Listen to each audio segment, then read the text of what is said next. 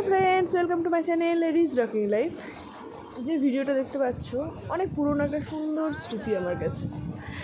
তো যখন মুম্বাইয়ে থাকতাম, জানের অফিসের গাড়ি আসতো প্রায় 7:30টার দিকে সকালবেলা, আর ও 7টার সময় বেরোতো।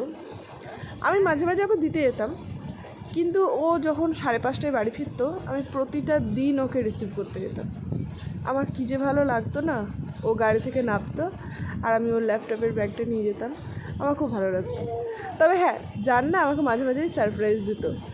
এই ধরো আমি বাড়ির কাজ করছি, হঠাৎ করেও ফোন করছে যে আমি অফিস থেকে বেরিয়ে সিনেমা হলের কাছে আমি তোর জন্য ওয়েট করবো, তুই চলে আসিস।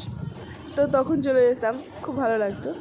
এরকম একটা দিন যেদিন জান আমাকে হঠাৎ ফোন করে বলল কি যে তুই রেডি হয়ে আয়, এই ক্যাফেটা আমার বাড়ির কাছাকাছি একটা ক্যাফে ছিল।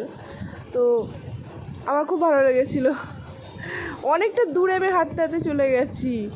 হ্যাঁ, তো এরকম একটা দিন ভাবলাম তোমাদের সঙ্গেও শেয়ার করি।